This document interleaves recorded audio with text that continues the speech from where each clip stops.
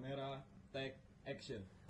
Assalamualaikum warahmatullahi wabarakatuh. Di sini perkenalkan kami dari kelompok 2. Saya Diego Ronggo Setio Kusumo dengan NIM 41824110026. Perkenalkan, saya Muhammad Arya dengan NIM 418241100002.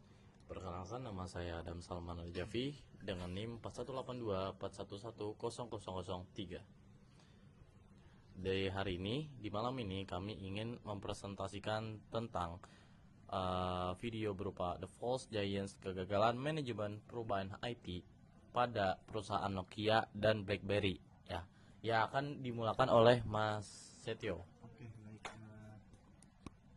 Di sini kita ingin menganalisa pada hari ini, ya, kita akan membedakan yang namanya jatuhnya dua raksasa mobile, yaitu Nokia dan BlackBerry. Wow. Nah, di sini juga bukan soal tentang teknologi kan, Benar. tapi soal kegagalannya manajemen perubahan teknologi gitu kan. Kami di sini akan menggunakan lensa teori apa aja sih kemarin disebutkan, yaitu teori Kotter dan teori Lewin.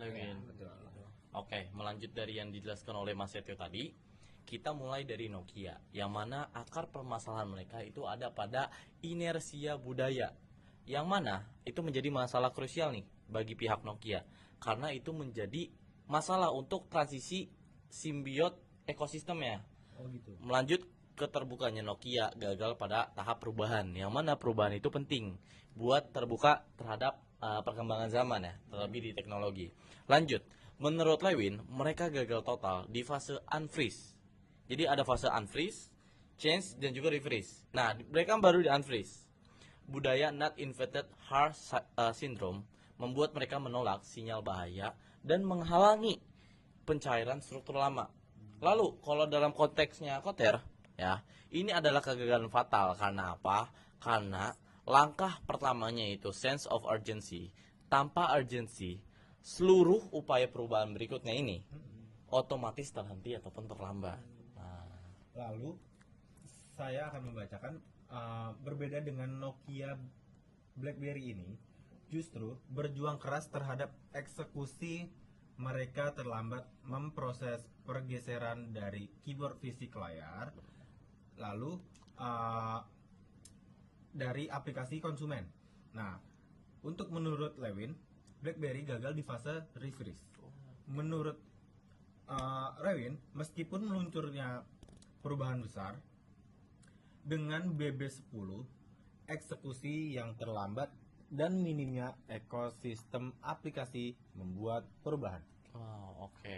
Ya. Nah, perubahan tersebut gagal menjadi norma baru di pasar besar. Benar. Nah, dalam pandangan Kotter, ini adalah kegagalan pada langkah 7 dan langkah 8. Nah, kegagalan consolidate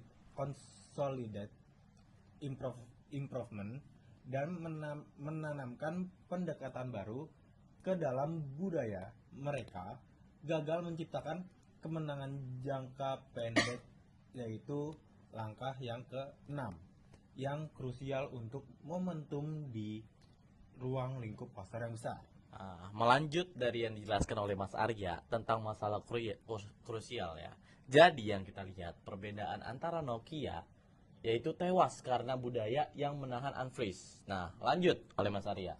Nah, sementara BlackBerry tewas itu dikarenakan dengan eksekusi yang lambat, gagal refresh di bagian waktu yang tepat. Nah, lanjut oleh Mas Setio. Dari antara kedua kasus itu tadi kita dapat ada tarik 3 faktor kritis, yang mana Betul. di sini manajemen perubahan TI, kecepatan ekosistem, dan keharusan beradaptasi gitu kan dengan platform yang terbuka gitu. Benar. Nah, yang kedua untuk budaya sensing gitu.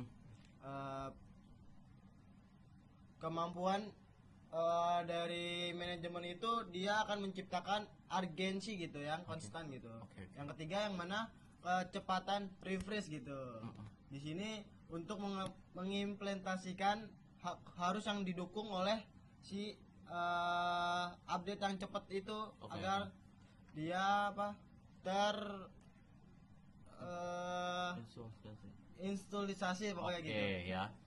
Nah, rekomendasinya dari yang dijelaskan oleh Mas Setio, kami dari perusahaan IT modern harus menganggap langkah Kotter nih yang keenam, yaitu short term wins dan juga sebagai rilis minimum viable product, merupakan MVP ya singkatannya, yang cepat dan itu merupakan cara yang paling tepat untuk menjalankan change dan juga refresh ya setelah fase unfreeze. Oke, untuk menjaga kesinambungan perusahaan baik Nokia maupun BlackBerry. Oke, lanjut dari perbincangan Mas Jaffi. Jadi, menurut lesson learner, bagi sistem informasi, kegagalan ini membuktikan bahwa teknologi sekuat apapun itu akan runtuh cepat jika tidak disertai dengan manajemen perubahan organisasi yang fleksibel dan tepat waktu. Oke, ya. Ya mungkin cukup itu saja dari kelompok kami atas menganalisa dari teori Kotter dan Lewin ya. Dalam tentang teknologi Nokia dan BlackBerry. Ya, perubahan baik dari progresi manajemen dan juga proses yang dijelaskan dari Kotter dan Lewin ini. Sekian kami dari kelompok 2. Kurang lebihnya mohon maaf, jalan-jalan pakai mesin Pertamina. Menterinya Balil. Wassalamualaikum warahmatullahi wabarakatuh. Woi.